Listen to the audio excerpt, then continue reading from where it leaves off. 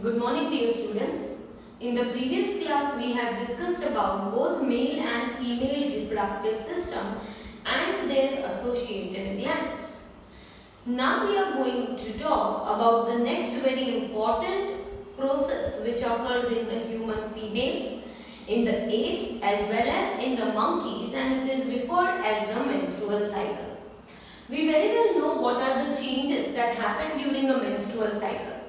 And we have thoroughly understood the decrease or the increase in the level of hormones which is responsible for this menstrual cycle.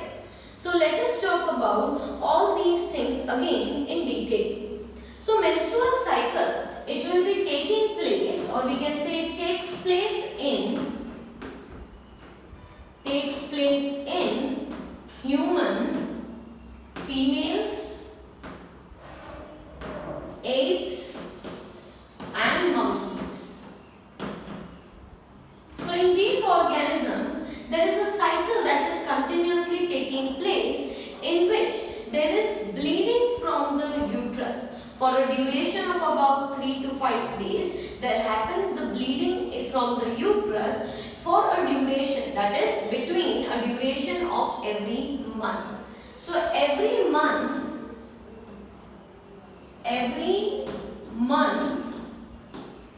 the uterine bleeding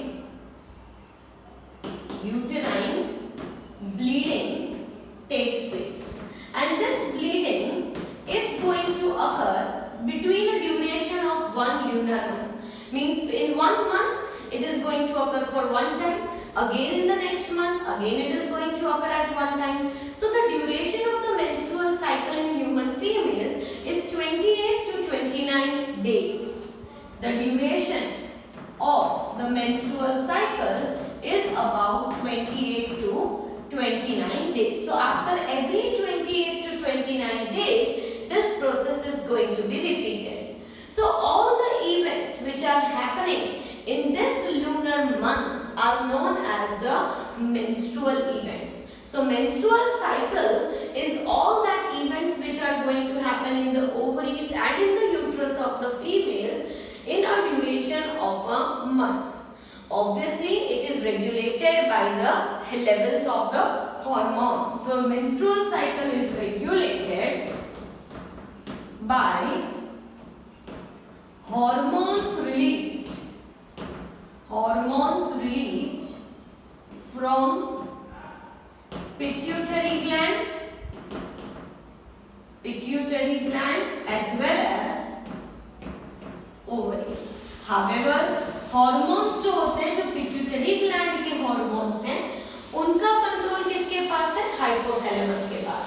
So those hormones of the pituitary gland like FSH और LH जो release होने वाले हैं, वो actually control कहाँ से होते हैं? थ्रू हाइपोथैलेमस, जिसे हम गोनाडोट्रोपिन रिलीजिंग हॉर्मोन्स कहते हैं. Right? So hypothalamus also has a very important role in regulation of the menstrual cycle. Now this menstrual cycle, it begins at an age of 12 to 15 years in the females. So it begins at age of 12 to 15 years, and the first menstruation which occurs is known as menarche. For the first time, right, at puberty at an age of 12 or 13 or 14 years, for the first time the menstruation occurs, and this first menstruation is known as the menarche. And then after it continues up to an age of 45 years, nearly 45 years in the females. And then after the menstrual cycle ceases or stops, and it stops at an age of 45 years, and then after the stop is known as the menopause. So here the menstruation will begin, which is known as menarche, and when it terminates it is called menopause, which we can say as the end of the reproductive cycle. So females will be unable to produce the egg cells after the menopause. At the middle of the menstrual cycle, there will be release of an ovum, or we can say egg. So at middle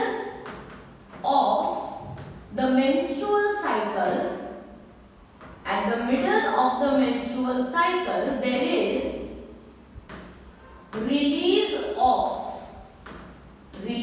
of the secondary oocyte. We have already studied what is a secondary oocyte, and we know that the secondary oocyte is going to be released on the 14th day of the menstrual cycle, and therefore this step is known as ovulation. Now, menstrual cycle has 4 main stages. The first stage is known as the menstrual phase or the bleeding phase. So, bleeding phase, or we can say the menstrual phase, is going to last for about 3 to 5 days. So, the first 3 to 5 days will be the bleeding phase, in which all the lining of the endometrium is going to shed out of the uterus and is going to be released out through vagina in the form of all the connective tissues and the vessels and the blood. This removal of the endometrium lining through the vagina is known as the menstruation itself. Okay, so there will be shedding of endometrium and the associated blood capillaries with it. So here, for 3 to 5 days, when this endometrium and the blood capillaries are shedding from the uterus and it will be removed out through vagina, so it will be removed out in the form of blood, and this is going to continue for about 3 to 5 days. And this stage is called the bleeding phase. Now, why this shedding? This happens due to low level of LH, and also the corpus luteum has degenerated. So, the level of progesterone and the level of estrogen are also very less during this phase. So, low level of LH, low level of progesterone and low level of estrogens is responsible for shedding of the endometrium from the uterus, and that is the bleeding phase. मतलब क्या हो जाता है कि LH जो है इसका amount कम हो जाता है, मोर ओवर जो कॉर्पस ल्यूटियम है वो भी डिजेनरेट हो जाता है इनटू कॉर्पस एल्बिकन्स, इसीलिए प्रोजेस्टेरॉन का लेवल भी कम हो जाता है और साथ साथ में एस्ट्रोजन का भी लो लेवल होने की वजह से मेंस्ट्रुएशन जो है that is going to happen and it continues for about how many days? First 5 days. Now after the bleeding phase, the next phase was known as the proliferative phase. The next phase is known as the proliferative phase. So proliferate मतलब grow या divide. So what is growing in this stage? So there are two things which are growing. The first thing is that within the ovaries, the ovarian follicles will be enlarging. Okay, so there will be growing ovarian follicles. So when the ovarian follicles are growing, in follicles के अंदर होता है oocytes, right? तो जब follicles grow होती है तो साथ साथ में अंदर जो oocytes है, that is primary oocyte is now going to divide to secondary oocyte, and there will be formation of secondary follicle, tertiary follicle till Graafian follicle. So these growth of the follicles, that is granulosa cells, is due to which hormone? That is follicle stimulating hormone, and therefore the level of FSH and LH is going to peak at the peak level. मतलब LH जो है वो सबसे ज्यादा होने वाला है, मतलब धीरे धीरे FSH जो है इसी का नाम ही follicle stimulating hormone है, तो FSH के लिए FSH और LH when increases, जब हम increases बोलते हैं तो FSH का रोल क्या होता है? फॉलिकल का growth. So follicles are going to grow in the ovary under the influence of FSH, right? Growing follicles will be releasing estrogen. So we can say that level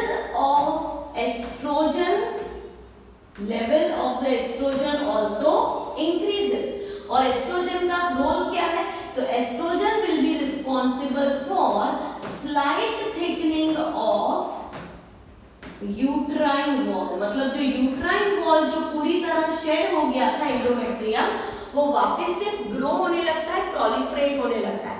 तो uterus में क्या change आ रहा है कि uterine wall जो है it has started to become somewhat thicker.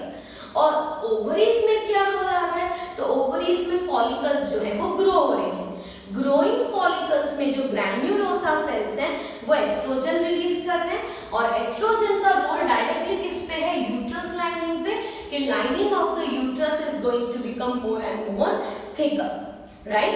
So that is the change which is going to happen during proliferative phase. At the end of the proliferative phase, which is going to continue for 6 to 13 days, next on the 14th day we have the ovulatory phase.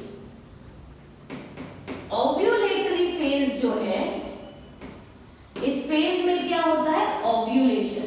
और ovulation क्यों होता है? Due to LH surge. LH surge means increased level of luteinizing hormone causes the Graafian follicle to release.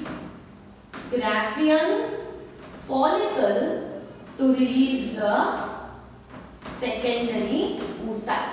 Moreover, LH also stimulates the conversion of the broken down Graafian follicle into corpus luteum, which happens during the next phase, that is the secretory phase or the luteal phase. So the fourth stage is known as secretory phase. मतलब पहले क्या हो गया? तो पहले bleeding phase जो 3 to 5 days तक हो रहा है, और ब्लीडिंग फेज के वक्त अगर हार्मोन देखा जाए तो तीनों हार्मोन्स कम है, FSH भी कम है, LH भी कम है, राइट? ल्यूटिनाइजिंग हार्मोन कम है, और साथ साथ में प्रोजेस्टेरॉन और एस्ट्रोजन के भी लो लेवल है। प्रोलिफरेटिव फेज में level of FSH is increasing, level of LH is increasing, and level of oestrogen is also increasing. During ovulatory phase FSH तो मैक्सिमम है ही, पर LH भी मैक्सिमम है, और maximum LH is the one which stimulates the release of the secondary oocyte from the Graafian follicle, which is going to happen on roughly 14th day of the menstrual cycle. And the last stage is secretory phase, where the LH stimulates the broken Graafian follicle to convert into corpus luteum, and this corpus luteum is releasing progesterone, और progesterone release होने पर uterus wall जो है it again becomes thick, so uterine lining is going to again get thicker, more connective tissues, more capillaries, and thus it makes it suitable for the process of implantation. अगर ऐसा होगा तो ही ये implantation के लिए suitable होगा। Implantation होगा, then after there will be the growth of embryo. So we can say that if the progesterone is being released from corpus luteum, if fertilization is persistent, fertilization हो गया तो corpus luteum जो है वो persistent रहेगा, और corpus luteum में से प्रोजेस्टेरॉन बनता रहेगा, which will support the whole pregnancy, right? The whole pregnancy will be supported just because of high level of progesterone. Progesterone का लेवल कम हो जाने पे ब्लीडिंग स्टेज स्टार्ट हो जाता है। इसीलिए अगर फर्टिलाइजेशन हुआ है तो कॉर्पस ल्यूटियम प्रोजेस्टेरॉन रिलीज करता ही जाता है throughout the whole duration of 9 months, and high level of progesterone is suitable for maintaining the pregnancy. So what is very important over here is that from different topics like bleeding stage, तो आपको पता होना चाहिए कि यहाँ पे कौन से हार्मोन्स का लेवल बहुत ही ज्यादा होता है और कौन से हार्मोन्स का लेवल कम होता है। What is responsible for release of the secondary oocyte from the Graafian follicle? What is responsible for mild increase in uterine thickening? Estrogen. What is responsible for maintaining the whole pregnancy? That is the progesterone. Right? We also have a diagram in this topic which you have to thoroughly look after. And then after we are going to discuss about the process of fertilization in detail.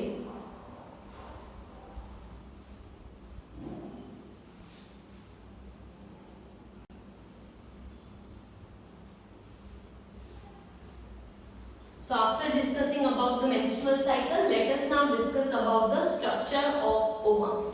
We know that in the middle of the menstrual cycle, on the 14th day, there will be the process of ovulation. In this process, a secondary oocyte is being released out. So when we talk about the structure of ovum, there will be different regions present that we need to understand. First of all, जब हम ovum की बात करते हैं तो human egg cell is alecital, means it doesn't have the presence of the yolk or very negligible amount of yolk is going to be present. So human eggs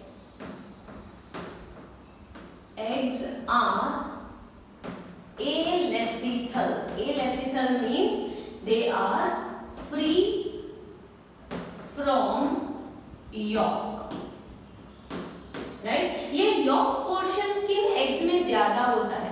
तो जो birds के एग्स होते हैं या तो फिर जो एम्फीबियंस के एग्स होते हैं उनमें यॉक का अमाउंट ज्यादा होता है because they release out the eggs out of their body and then after the embryo which is growing within that egg will derive the nourishment from the yolk. But as in humans the growth of the embryo takes place in the womb of mother itself. There is no requirement of any such yolk because the development or the nourishment will be directly through the placenta from mother's body to the embryo. Whereas in the case of the amphibians or in the case of birds, the nourishment will be from the yolk which is present in the egg cell. So here human eggs जो होते हैं वो एलेसिथल होते हैं, मतलब उनमें York का content बहुत ही कम या नेग्लिजिबल ही रहता है. Now when we talk about further that in human ovum के स्ट्रक्चर में सबसे पहले what you can observe is the cytoplasm within the cell and the cytoplasm of the ovum is known as ooplaznm.